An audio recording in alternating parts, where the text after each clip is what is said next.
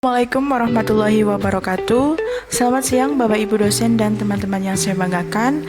Perkenalkan, nama saya Anisatul Mafiroh dengan NIM 0437037778 dari Prodi Bahasa dan Sastra Inggris bidang minat penerjemahan Fakultas Hukum Ilmu Sosial dan Ilmu Politik Universitas Terbuka. Pada kesempatan kali ini, saya akan mempresentasikan tugas ketiga mata kuliah praktik penerjemahan yang dibimbing oleh Ibu Ayu Bandur Retnamurti M.Hum. Saya akan mempresentasikan hasil terjemahan saya dalam penggalan sebuah teks yang berjudul New Words Are Spreading Faster Than Ever Thanks to Teenage Girl dari National Geographic. Teks ini membahas tentang bagaimana remaja perempuan menjadi agen utama dalam inovasi bahasa, menciptakan dan menyebarkan istilah-istilah baru yang kemudian masuk ke dalam budaya pop. Setelah memahami teks sumber yang saya gunakan, langkah berikutnya adalah melakukan identifikasi teks. Bagian ini penting karena dengan mengidentifikasi jenis, fungsi sosial, dan tujuan komunikatif teks, kita bisa lebih jelas melihat bagaimana teks tersebut bekerja dalam konteks linguistik maupun budaya. Teks ini termasuk ke dalam jenis ekspositori karena bertujuan menjelaskan fenomena sosial, yakni berupa linguistik, dan memiliki fungsi sosial memberikan wawasan tentang dinamika perkembangan bahasa dalam masyarakat.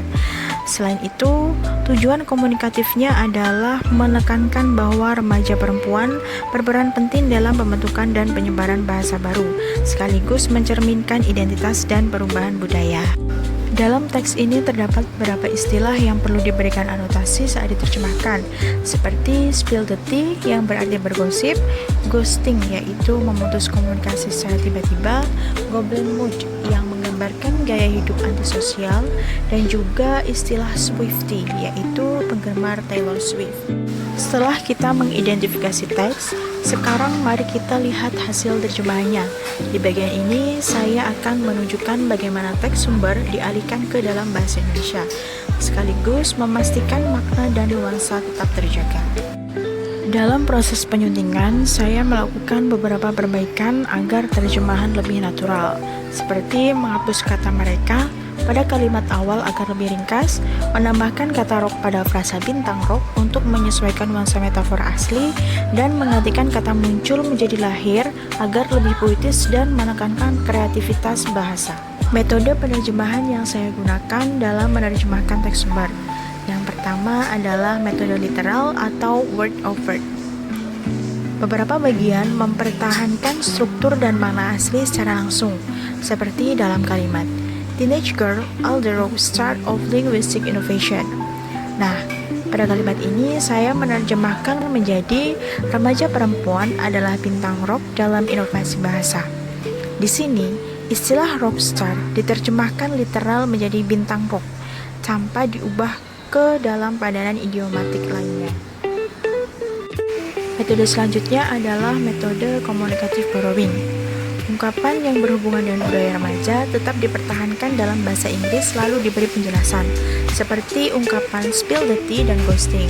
Nah, keduanya tidak diterjemahkan penuh ke dalam bahasa Indonesia, melainkan dipertahankan sebagai istilah global yang sudah dikenal, lalu diberikan anotasi.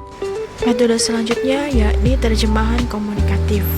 Pada metode ini fokus pada penyampaian makna agar mudah dipahami pembaca Indonesia, seperti dalam istilah spill the tea kemudian diikuti bergosip dalam kurung, kemudian ghosting atau menghentikan komunikasi tanpa penjelasan dalam kurung.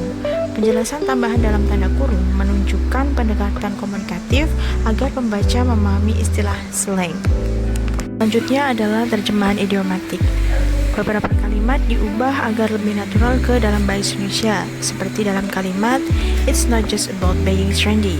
Diterjemahkan menjadi ini bukan sekedar tren. Nah, kalimat ini tidak diterjemahkan kata per kata, tetapi disesuaikan agar lebih idiomatis dan ringkas. Dan yang terakhir adalah metode semantik. Dalam metode ini, menjaga nuansa makna asli meski dengan penyesuaian budaya, seperti dalam kalimat language is alive. Nah, kalimat ini bisa diterjemahkan menjadi bahasa itu hidup.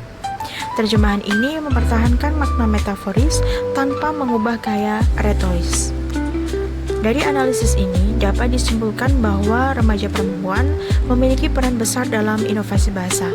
Mereka bukan hanya mengikuti tren, tetapi juga membentuk cara kita berkomunikasi dan memahami satu sama lain. Bahasa terus hidup dan berkembang, dan remaja perempuan adalah detak jantungnya. Sekian presentasi dari saya. Terima kasih atas perhatian Bapak, Ibu, dan teman-teman sekalian. Wassalamualaikum warahmatullahi wabarakatuh.